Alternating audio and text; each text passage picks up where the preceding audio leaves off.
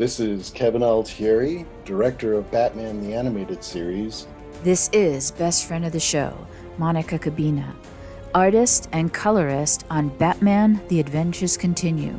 And this is the DCAU Review, hosted by Cal and Liam, streaming at DCAUreview.com and on your favorite podcast app.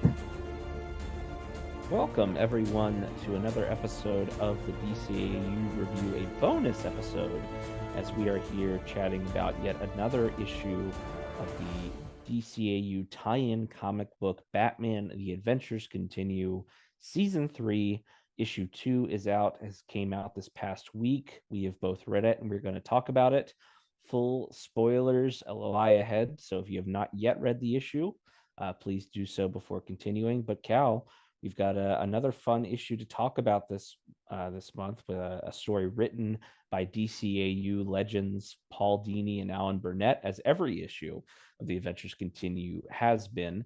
But we've also got another DCAU legend and friend of the show responsible for the pencils and inks this month. That is right, Liam, as we highlighted back in when we interviewed him for our bonus episode in December, friend of the show, Kevin Altieri, who, of course, joined us a couple years back for a review of one of the episodes that he directed. And spoiler alert, will again be joining us at some point this year for another episode that he directed. So very excited to talk about this. Kevin Altieri, responsible for the art, and of course Monica Kubina, best friend of the show, the colorist on this episode or on this issue as well. Josh Reed, responsible for lettering, and then we had editor Andrew Marino. So definitely an interesting issue. Now, before we get to the actual review, we mentioned that we talked with Kevin just briefly about this upcoming issue back in December when we interviewed him, and he had a couple things to say about his direction, how he handled editing this and drawing this issue. So why don't we take a listen and hear what he had to say when we spoke to him back in December. I don't know if you have any upcoming projects or anything that you'd like to talk about or are allowed to talk about at the moment, but we want to make sure we get time for that. It's actually quite a lot going on. And again, it's like I did a comic that's coming out, Batman Adventures, the continuing Batman Adventures, where I got contacted by Andy Marino over at DC, and yeah, it's like last year, I think last time I talked to you guys, I was doing the holidays, the Harley Quinn Black, White, and Red with Paul Dini. And and I just got through doing a comic story that'll be out in February, I believe, of Harley Quinn, Old Flames, written by Paul and Alan Burnett. And basically they asked me, and I'm not going to give the whole plot away, but It's just basically Harley and Ivy have a fight. Harley's on her own, tries to get the girls together for a party, and it doesn't fail, and she's lonely. And she decides to look up her old her old college girlfriend. Interesting. Her old flame in college. And I'm not giving away too much, but this college roommate, who is this socialite, also was dating Bruce Wayne in college. Ooh. Interesting. And I guess they were freshmen and he was a senior. Very interesting. And one of the richest guys in the world. So well, looking forward. Anyway, that's all I'll say. And it's like things just go on. It's a really fun script, and again, it's like I love drawing it. It's like, again, it's Paul and Alan Burnett. What are you gonna do? It's like it was a great, and I think everyone should just keep a lookout for that one. That's awesome. Yeah, it'll be coming out very soon. So while we're talking about it, no spoilers for the Batman Adventures Continue comic, but how is that working with the back with the Batman the Animated Series world that you grew up with, but also, or that you worked so hard on and establishing, but working with the new Batman Adventures designs that you hadn't really worked with, right? You were gone by the time Batman Adventures came around, right? I really didn't even. I just do my Batman. There you go. So it's done somewhat in animated style, but yes, I'm not slavishly trying to get that. It's like, when I draw Harley, I just draw Harley the way I draw her. There you go. Right. And she goes through, kind of goes through costume changes in this, but it's in the Batman. It's like I like not having the circle, the yellow circle. The circle's fine, but I like just having like the bat signal, the bat logo on your chest, and the cartridge belt. But I do that anyway. Right. Okay. So maybe that new Batman Adventure style fits a little bit more with what you prefer about your Batman. But again, like drawing the characters, Gordon. No, it's my Gordon, Right. It's like I'm always going to draw the Bob Hastings original Gordon. Can't help it. Love it too much, So and DC's not, it's done the animated style, but it's not slavish to the model pack. There you go. And it's like in DC, they're great. They just let you. It's like, as long as they're getting the comic and they like, and they think the drawings are beautiful, it's like that's all it happens. I love that. How was it like working? Oh, obviously you'd worked with Paul pretty recently, but what was it like? Was it like riding a bike, getting back on, working with those guys for what the? Oh, I mean, yeah, Paul's one of the guys that I see, off and on anyway. It's.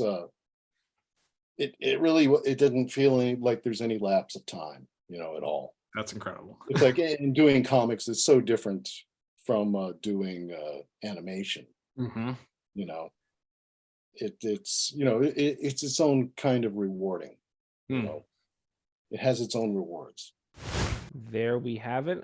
Thanks again to Kevin for joining us when he did, and hey, who knows? We might hear from him again on our main show in a little while here. But yes, it was great to hear his insight into how he went about this comic and his as well as some of his art influences. Definitely invite people to go back and listen to that entire episode if you have not. We not only talk about this Adventures Continue comic, but also the legendary Batman Adventures holiday special, and he tells some great stories about going to DC headquarters and meeting Denny O'Neil and some of his various artistic influences and the difference between drawing storyboards and drawing comic art and everything. It was a really fascinating discussion that we were lucky enough to have with him, and we always appreciate him taking the time to speak to us. But yeah, Cal, as we usually do, we'll start off talking about the story of the issue, and then we'll backtrack and give our brief thoughts on the art as well. But starting out with the story here, it's a very interesting idea, which is that we find out that this sort of socialite that has a lot of ties to not only to Bruce Wayne but to Harley Quinn as well is back in town, and just all hell's gonna break loose as almost as soon as she is. But yeah, it's a fun sort of a look into the past. Anytime, as I know, a couple of years ago, there's a novelization of Mad Love that Paul Dini co-wrote that I think filled in a little bit more of Harley's backstory pre the Arkham Joker meeting. But here we get again a little bit of glimpse into her past life before she was this insane insane clown woman.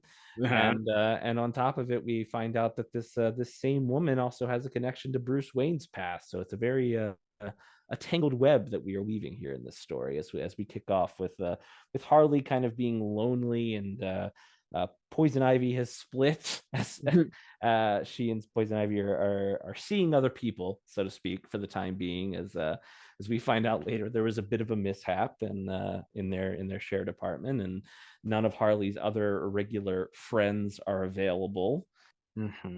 And so she's looking for something to do, and wouldn't you know it, she overhears from the local barkeep that none other than Cassie Kendall, this mysterious figure from her past, is back in town, and Harley decides to pay her a visit, and we get to meet Miss Kendall, and it's not Harley she's talking to at this point. As mentioned, we quickly find out that she and Bruce Wayne had quite a sordid romantic history as well.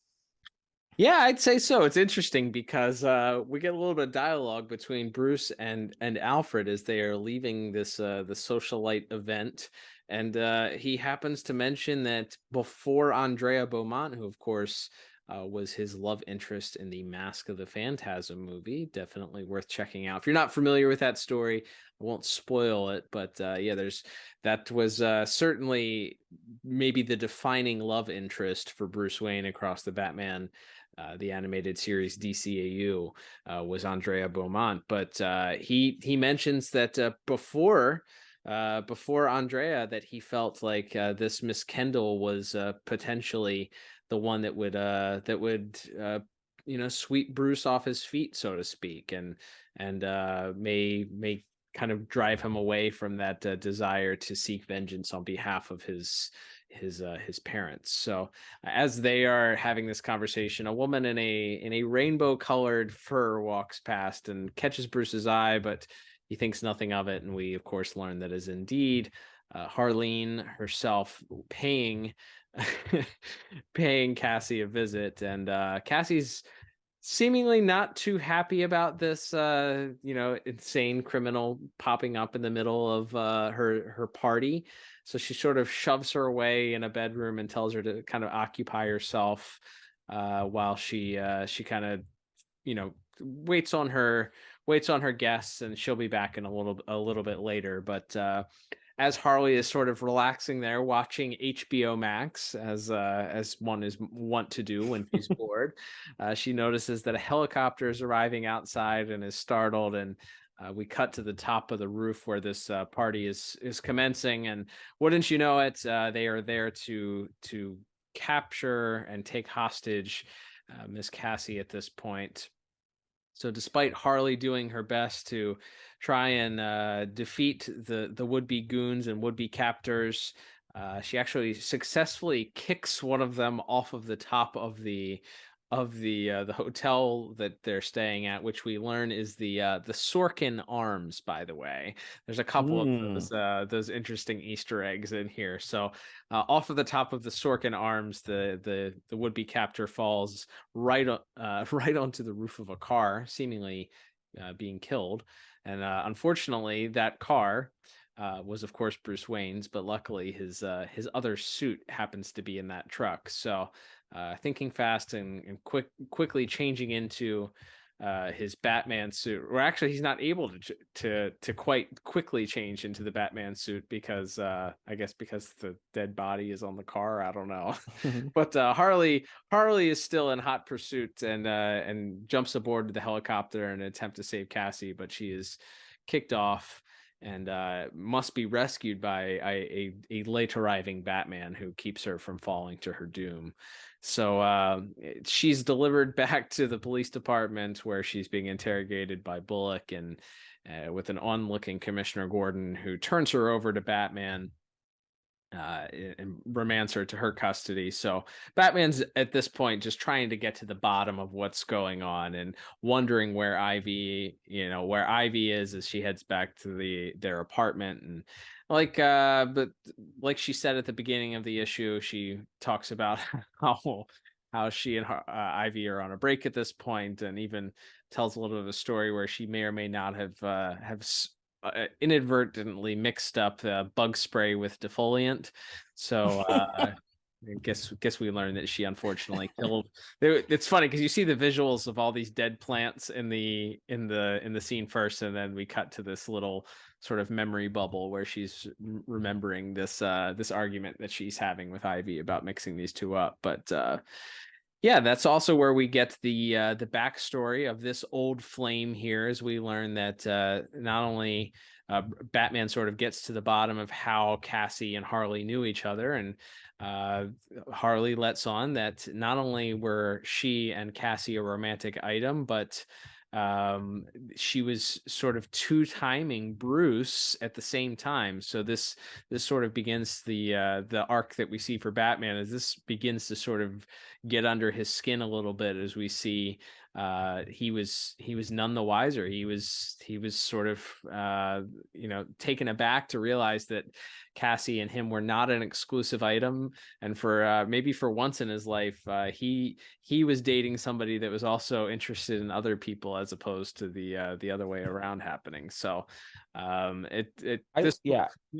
like this as a point of difference, because knowing the history of the character, this version of the character, it really has always felt to me like Andrea was the only one that could have really pulled him out of where he was headed. Mm-hmm. And so the idea that it's seemingly, oh my gosh, they're retconning in another lost love from his past that he was almost going to give it all up for. But then you kind of find out it's like, no, he was young. He didn't realize he was being maybe used for his status and his bank account, and that you kind of see like the frustration and the heartbreak of when you love somebody and you think it's going great, and then it turns out they weren't so crazy about you. Like, it's like you see that in real time, and then you add in the fact that she was, not only was she not into him, but she was quite literally stringing him along and using him. It becomes a very different type of romance, and I think that's why this works, even though it is a retcon to add in a lost love. But for him to sort of slowly realize over the course of this issue, with his conversations with Harley and with other people, as we'll come to see in a minute here, that it was not it was never going to be that that way with this woman. I think that's why this one works, even though it does technically add another past romantic interest of Bruce Wayne's to the pre-Phantasm timeline. Yeah, I wholeheartedly agree. It's definitely an interesting twist on it, and I my first thought also was, oh gosh, not another retcon. But I agree with you. I think it's interesting the direction that they took it in. But I love that Alfred also plays the role of sort of comforting Bruce in this moment of like, hey, like, you can't really blame her. It's kind of part of finding out who you are. You're both young, and then he sort of like seemingly tries to veer Bruce back on track with, hey, like, let's focus on what's going on here. As they try and discover that the gentleman that was kicked off of the roof and landed on the limo below is somebody that has a connection to yet another one of Gotham's rogues, as we are come to find out. That's right. So we are then introduced as Alfred mentions that the thug that landed on Bruce Wayne's car earlier in the night happens to be one that previously worked for Two-Face, and there's some fun little happenstance here, which is that Cassie's family fortune is apparently valued at about $200 million, which of course makes it an extra attractive ransom proposition for Two-Face. So as Batman goes off to find Two-Face's latest hideout, which happens to be a kind of a hollowed out old homeless shelter called the Second Chance Mission, another great little Batman villain hideout pun here. We see that as Batman arrives, there appears to be an old woman who is trying to get into this shelter, and when one of Two-Face's henchmen tries to shoo her away and tell her to get lost, well, that old woman, allegedly, as it would be, pulls out a Molotov cocktail and lights the man on fire. And of course, we see that it was Harley. Once again, a lot of Harley disguises in this issue. But she goes in and she's looking for Harley and for Harvey now, and she is met with some gunfire as Batman arrives as well, and as he puts out the fire and disarms Two-Face. He and Harley kind of go about interrogating Two-Face as an unlikely duo here, and as we come to find out, Cassie was stepping out on both Bruce and Harley at the time, as the way it's kind of framed to this point in the story, I think, is that, well, she wasn't serious with Bruce, but Harley thinks things were serious for her. And turns out that she was playing the field, as it were, this Cassie woman. And Harvey mentions that he was already friends with Bruce Wayne at this point, and knew that Bruce had a thing for her, but just couldn't resist sampling, shall we say. Two-timer. Yes. What a perfect motivation for Two-Face. Just couldn't pass it up, at least without trying it once or twice. But so Harley, we see Batman very frustrated by this, but of course it's Harley who kind of springs into action and attacks him and knocks Two-Face out. But it's clear after this conversation that Two-Face is not the one responsible for kidnapping Cassie. At that point, Batman heads back to the Batmobile, where he has a conversation with Gordon and the lawyer for Cassie's family's estate. And it's revealed here that Cassie did not have access to her entire fortune, and that in fact she's sort of doled out a small sum every month for her expenses, but she was not given the full fortune right away. And we kind of see Batman begin to piece together what's going on as we go on, but as he kind of instructs the lawyer not to turn the money over just yet, it becomes clear very quickly that it's too late, and the lawyer has panicked and sent the full sum already to the kidnappers as requested. And that leaves us to our final battle here. There's kind of a little side note after they get off the phone, where Harley is coming to the same realization that Batman was a couple of minutes or a couple of pages prior. As she was talking about how she at one moment she was planning her life with this Cassie woman, and the next she was gone and was moved on to the next adventure. But in her heart, she still kind of thought that they were still sort of meant to be together, and it was still this great lost love. But she and Batman sort of both realizing that they were used by the same woman, but of course Batman not being able to admit that, being that it was of course Bruce Wayne who was in the relationship with her.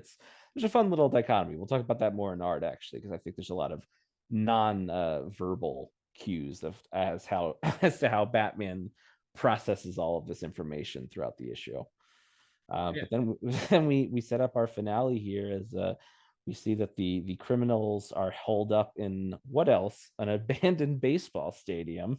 I love that. In Gotham City. And we find out that the mastermind behind this kidnapping, of course, is none other than Cassie herself, because as mentioned, she was not able to have access to the whole fortune that her family was in possession of because of the way her parents' will was set up. So she decided to concoct this scheme where she could take all of the money in one foul swoop, and of course enter Harley and Batman there to have some fisticuffs with the criminals. And in the end, Cassie reveals her, if there's any doubt about the type of person that Cassie is, she reveals that as she pulls the gun on Harley and Batman, and then tells Harley that she really wasn't anything ever special to her, and that she was just using her the same way she had used Bruce Wayne. And in a very Paul Dini, Harley Quinn way, Harley sort of saves the day here as she uses a fresh bottle of champagne and pops the cork, quite literally, which hits Cassie in the eye and sends her cascading out of a window as Cassie kind of fires the gun wildly. Seemingly, she's going to tumble to her death, but Harley, of course, saves her life because she isn't going to let that part of her life, or let anyone control her, and let her be sent back to Arkham over something like this. And she kind of makes up her mind that maybe it's okay, even though she's not with the Joker, she's not with Poison Ivy, and now she's not even with Cassie. But she's made up her mind that she can be her own person, and she's ready to kind of move on with her life. So it's kind of a happy ending for Harley. And then we get this little postscript in the last couple of panels here as Cassie kind of begins to do a sort of woe is me speech about how hard her life has been, and Batman having had quite enough of all of this nonsense, simply slaps the cuffs on and tells her that she must have mistaken him for someone who cares. And that's where we get our ending. So I really enjoyed this issue. Like I said, coming into it, seeing what the synopsis was when the solicits came out, I was unsure of how to feel about all of this for the reasons we've already stated. Mm-hmm. But as a little story, I think it's fun. It's interesting, as I said, to see Batman process this betrayal, even though it happened to him, let's say, somewhere between 10 and 25 years ago. Right. It's still that, he's feeling his first heartbreak all over again, and in a different way. And the way he's sort of processing that, while at the same time seeing Harley experience this sort of very manic, exciting reunion, only to experience the exact same heartache that Batman is feeling at the same time. But ultimately sort of triumphing over it and not giving in to her more violent tendencies, and living to just learning to love herself, and learning to be on her own. And it's like, so we get like the nice happy ending for Harley in this story. Mm-hmm. And then we see how she took this situation, had the heartache, and came out of it a better person. And then we see how it affected Bruce, and we see that it kind of it reinforces the cold, unflinching Batman that we all know from this series. So I kind of like seeing them both, these two completely different characters, experience kind of the exact same thing with the exact same woman, and come to kind of a completely different ending, even though there's not like physical bloody revenge taken by Batman, but it's clear that it's like, yeah, this is why he's so emotionally closed off. This is why all of his friends don't talk to him, and he's going to end up an old man in a cave. Like he just shuts down. He won't talk about it. Like he just slaps the cuffs on, and it's on to the next case for him. So like I think the dichotomy between how Harley and Batman both deal with this once they figure out what's going on, I think is a lot of fun. It's a good character study, and unsurprisingly, when you have Paul Dini and Alan Burnett, who have spent a lot of time dealing with both of these characters, it's fun to see how these two characters tackled the same issue, basically. Yeah, I agree with you. It's definitely a fun little self-contained story. I think we talked about it in the last time we did a review, but it's great just to have these sort of things that aren't necessarily hamstrung by being tied into a toy line. Like, believe me, I would love nothing more than more Batman the Animated Series or Batman the Adventures Continue action figures to come out. But it really does feel like, now that this is its own thing, that this is allowed for the series to kind of tell these one-off spots where you don't have to sort of shoehorn in all these basically products, to try and sell toys. So that kind of feels like the gloves are off, and you tell these little interesting stories, and that reveal more about the character of Batman, while also shining a light on the character of Harley, who we know is this character, because it was co-created by Paul Dini, means so much to him, and just feels like anytime that he gets to tell a story involving her, it just feels extremely authentically her. Like, it makes sense. Like, he's one of the co-creators. It's the essential. It's it makes sense that the stories that he gets to tell feel like home. Like it's just that I don't know any other way to describe it. But this one is I like that she and Batman get to work together, and you have the two sides of the same coin. I guess pun intended, because this also involves Two-Face in a way, but you get the dichotomy between the two characters and where their stories both connect and then veer off in different directions, as you mentioned. So yeah, it's a fun little story. I think tonally it's very different than what we experienced in the last issue, which is okay. Like you don't need to tell the same types of stories every single time, every single issue.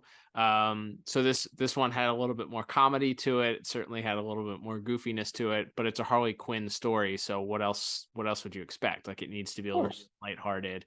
It's less gangster focused, gangster centric, and has more to do with a caper and a character study, as opposed to, the inner workings of Gotham's underground.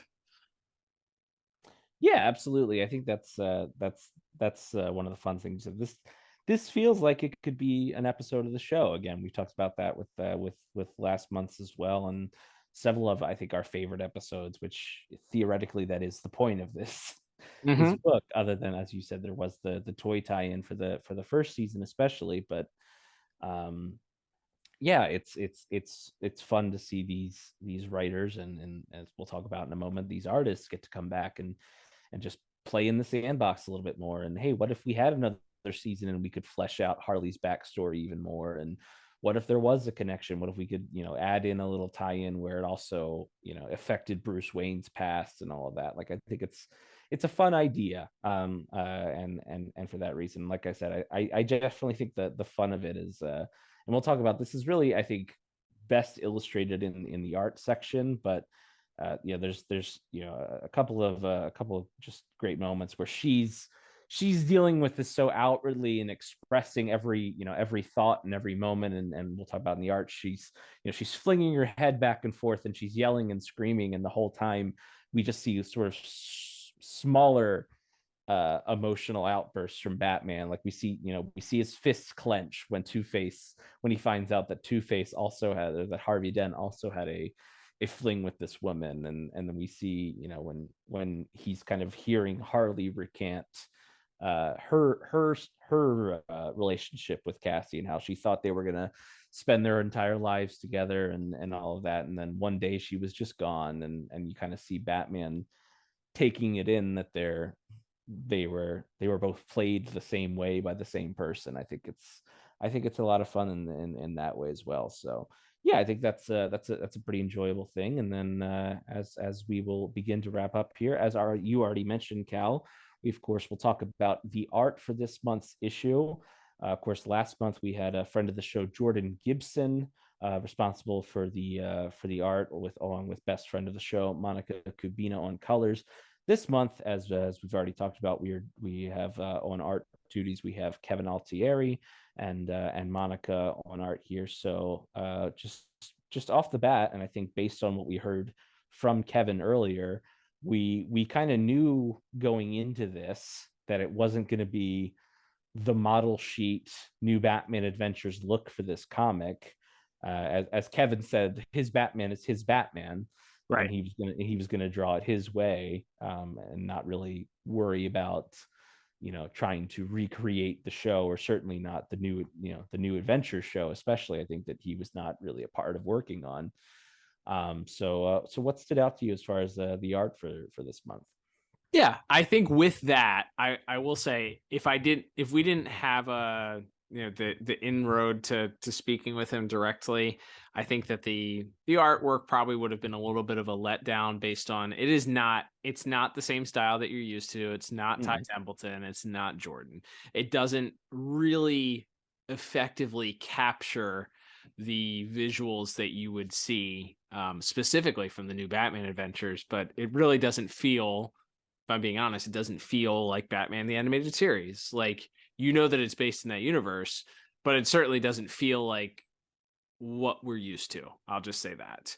I think that Kevin's got definitely has his own style, I think we've seen him do artwork, as we talked about, his story, What Are You Doing on New Year's Eve, which is in the Batman Holiday Special, which we talked to him about in our bonus episode, which if you haven't checked that out, go ahead, check it out in the archives. Another plug for that one. But,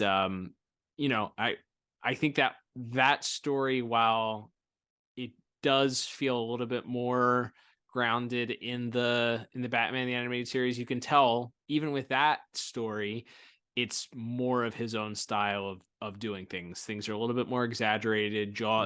Bruce's jaw is a little bit bigger. The cowl, he did go with like a longer eared cowl, which I appreciate, and the bat symbol without the yellow around it that he talked about drawing. But I think that it's his own style. I think the character that I liked the most, the character design that I felt most authentically Batman the Animated Series, was the Two-Face. I think there's some great line work that he did with that. Some of the details on Two-Face's scarred side and stuff like that. I will say it feels like the issue at times fell victim to the same things that we said about Rick Burchett's artwork, where it feels like it wasn't inked properly, or the inking came, I don't know, the pencils were sent in without being inked in certain places, because there's some real rough line work in some of the drawings. But some of it, I think, because it's consistent throughout the entire issue, it just kind of, in places, it just kind of blends in and ends up looking like just it more of what Kevin likes to draw. I can't say that Kevin did anything wrong, because he from the get-go said, I'm gonna do it my style, and this is my style of artwork. I think there is still some really tremendous visuals. I love the spot where Batman, in the final scene, Harley comes in as sort of as Cassie says, playing the Batman role, sort of hanging there from a rope and doing some verbal sparring with her, and then Batman swoops in through the skybox and breaks in through the glass, and we get this awesome shot that actually mirrors a shot earlier in the episode or in the issue, of Harley doing the same thing, swinging in to kick a guy in the face. So you get these two mirror images of this shot. The shot of Harley actually flicking the cork into Cassie's eye actually reminds me, I don't know if it was intentional, but feels like a callback work from What Are You Doing on New Year's Eve, because the Joker, in that culmination of that story that he tells, famously goes to pop a cork on New Year's Eve and it shoots right into his own eye. So you get that's, whether that was intentional or not, I love that same device was used, and that Kevin got to draw that again. I think the MVP of the issue goes to best friend of the show, Monica Kubina, because we've talked about this, and we're hoping to have her on perhaps for the next issue review, or the issue review after, depending on what her schedule allows for. But having to adapt her style of coloring to a different art style. I remember specifically, I think when she was working on this, she posted on social media, she was actually asking for like opinion, whether or not the art should be colored a little bit different. She was trying out some different techniques, because Kevin's art style is a little bit more three-dimensional than, like, it's all supposed to be three-dimensional, obviously, but the streamlined TNBA style is a little bit more two-dimensional, flat, square, and these characters have a little bit more depth and dimension to them. So I imagine that was not easy to try and adapt. And then she's gonna have to adapt again next month, going as we have another new artist coming back next month. So I think Monica did an incredible job. I love the colors, did seem a little bit more muted in places, which I like. I think that fits the tone of the issue a little bit more. But it's still very authentically Monica in places. But what about you? What did you think about the artwork, and what stood out for you?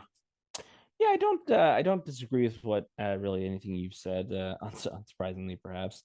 There are certain shots where I feel like the images are sharper. I kind of mentioned it already, but there's the bit where after Batman's done talking to Gordon in the Batmobile, and Harley is kind of telling him all about their relationship. And at first she's kind of just like holding her head, and she's kind of stretched out over the Batmobile, and then we see her kind of sitting cross-legged with her head down, and then the next panel she's kind of laid backwards, and her head and her Harlequin ears are hanging down over the end, and we kind of just, so we see her being very demonstrative and very dramatic as she's recounting this. And as I said, which I think works really well for what the story is doing, we just get this shot of Batman, and we don't even see his eyes. Like there's no white on the cowl. It's just this one shot of him sort of listening to what she's saying, and he just sort of is solemnly kind of looking down. And it's a very sharp image. Like it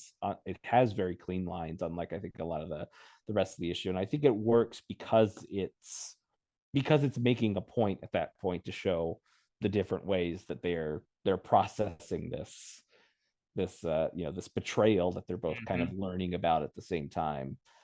So I think that stood out to me, and I do agree. I really like this Two-Face this episode. And yes, you definitely get some interesting like perspectives, and sort of larger heads, and sort of more deformed bodies. I love the shot too of Batman as he's trying to kind of threaten Harley and Two-Face, and at the same time he's putting out the fire that Harley started.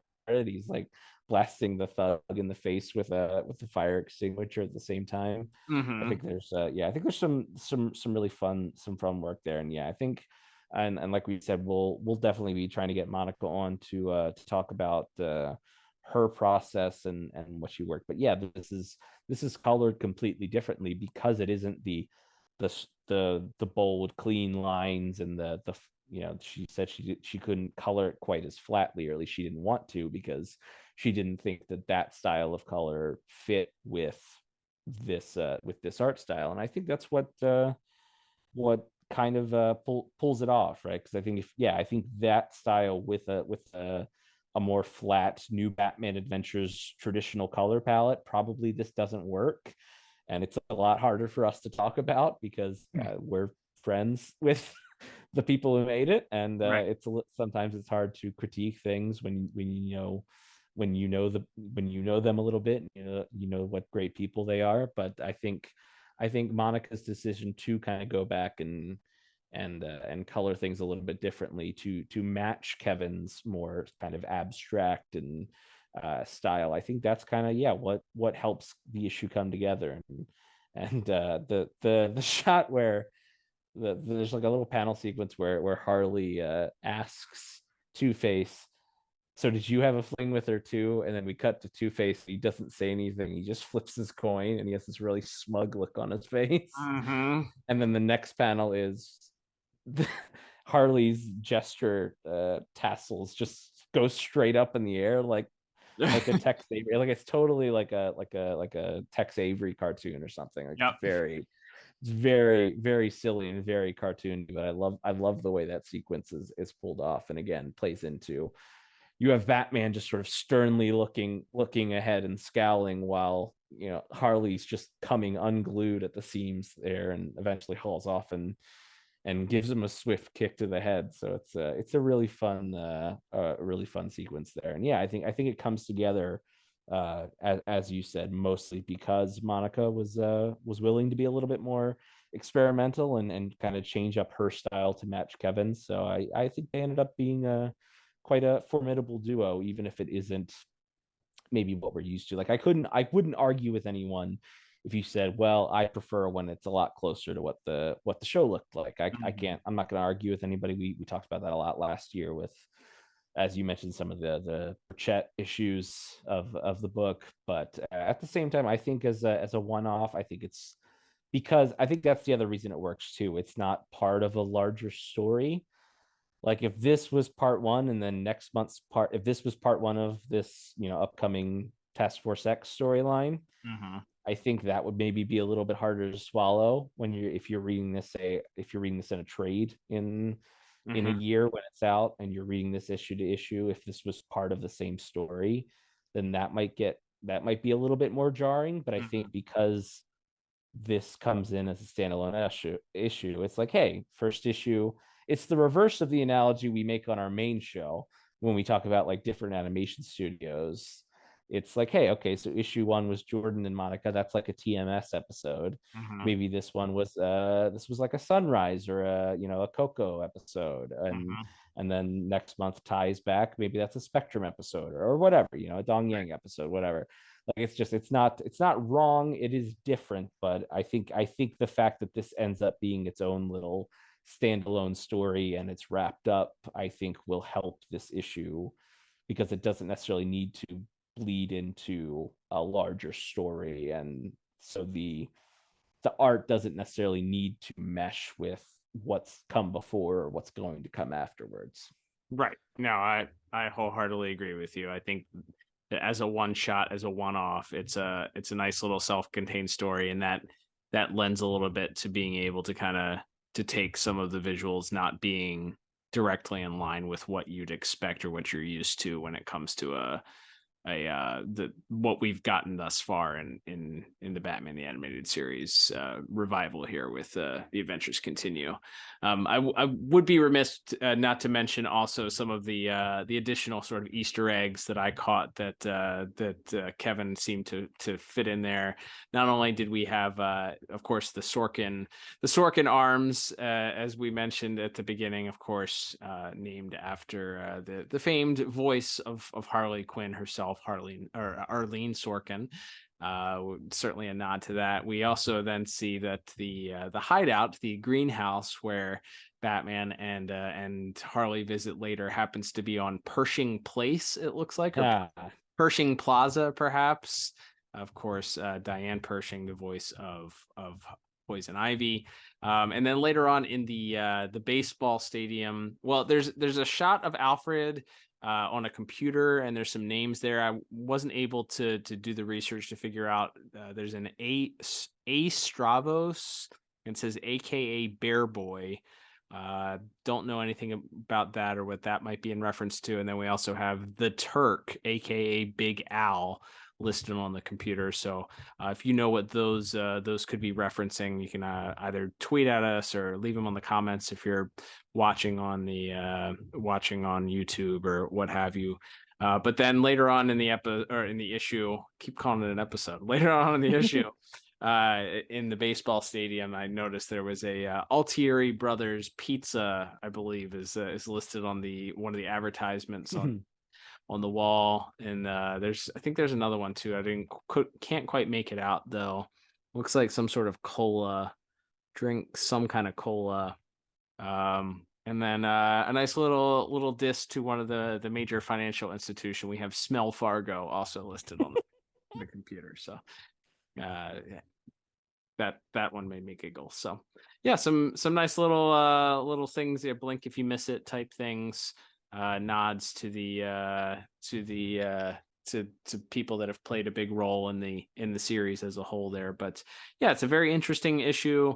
The story, I think, drives it really well. Us knowing Kevin, certainly really happy that he was able to kind of get back his hands back in this world and get to see him kind of visually tell a story again here with these characters. I thought that was super neat. And then now we're looking forward to next month's issue, Liam, as I sort of alluded to before, where we'll know that Monica will be paired with her third different artist in 3 issues. But this one, I got to imagine, is probably like putting on a well-worked baseball glove at this point, because we have the return of the king to reclaim his crown.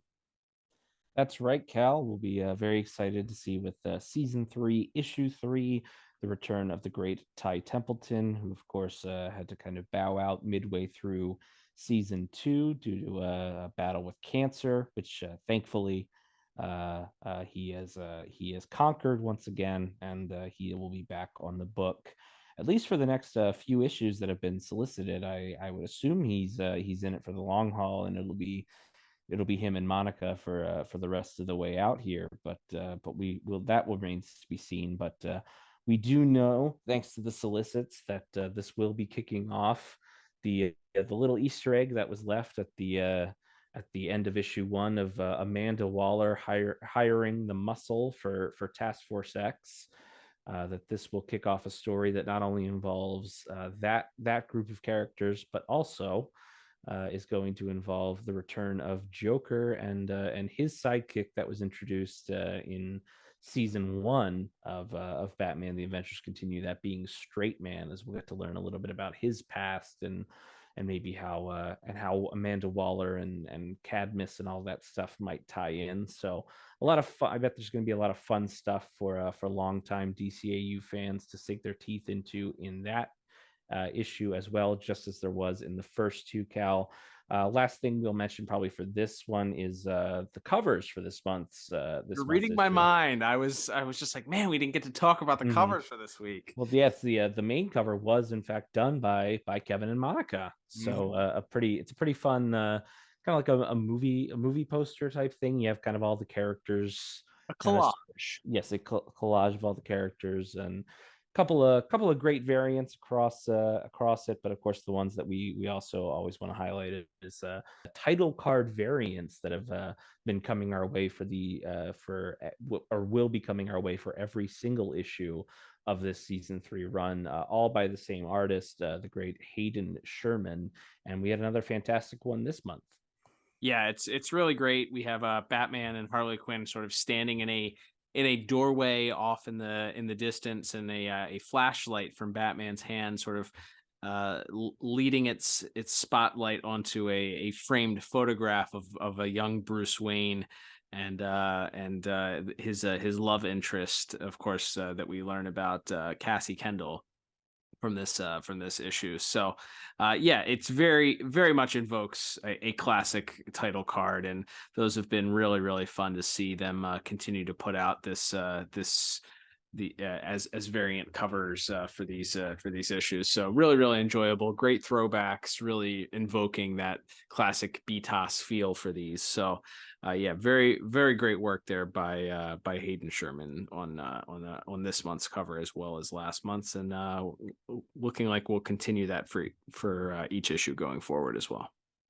Absolutely, looking forward to see what all of these incredibly talented crew whips up for us in the next part, which I believe, as Mr. Dini confirmed to us via Twitter when the first issue came out, this is going to be a 3-issue arc. Will be this Task Force X Straight Man Joker story that's kicking off next month, as you mentioned, Cal, with the return of Ty Templeton, and of course best friend of the show Monica on colors as well. So can't wait to get into that, and again, with the start of a new ongoing storyline, we will get to, of course, indulge in our favorite pastime when it comes to this series, which is rampant baseless speculation on what's going to happen in the following issues. So can't wait to get into that next month when issue 3 hits shelves. And if you haven't already, for some reason, if you're listening to this and you haven't read this issue, really do recommend you pick it up, especially if you're a longtime fan of Batman the Animated Series, which I have to assume you are if you're listening to our podcast. Definitely recommend picking it up at your local comic book store. Of course, you can find it digitally on Kindle or Comixology or any of those sites as well. So definitely recommend picking that up. Get a physical copy. Support a local small business if you can. But always have a great deal of fun looking at these with you, Cal, and can't wait for next month. Oh, it's going to be fantastic. Absolutely. We enjoy doing these reviews, and enjoy, if you have checked it out and you want to interact with us, you can always find us on our social medias, Twitter and Instagram. And of course, we'd love for you to subscribe to the podcast if you're listening on a podcast app, or checking us out on the YouTube channel at youtube.com/thepodtower. Subscribe there. But give us some feedback. Let us know what you thought of the issue, your open and honest thoughts about the artwork and the story itself, and your excitement perhaps about next month's kickoff of this Task Force X storyline, and introducing these characters that were pretty seminal in the Justice League Unlimited. It'll be interesting to see what type of crossover we get, if anything's alluded to, if there's any foreshadowing done, or if those storylines are going to be completely ignored as some of the other ones have. But be interested to see what some reaction is next month as we get into this storyline. Absolutely, Cal. And as you said, thank you everybody for listening, whether you do so on Apple Podcasts, Google Podcasts, Spotify, or on the Pod Tower YouTube channel. We would appreciate if you subscribe to us on whatever site you use. And if it is a podcast app, if it allows you to give us 5 stars, leave us a review, that stuff does help us out. So please do that. And you can also head to our store at DCAUreview.com. You can pick yourself up a hat or a mug or something like that if you want to support us financially, or you can head to anchor.fm/DCAU review, and there's a little donate button there as well where you can buy us a coffee if you are so inclined. But thank you everyone for listening, and can't wait to come back next month to talk about issue 3. But until then, I'm Liam. And I'm Cal. And we'll talk to you next time on another episode of the DCAU Review. Bye-bye.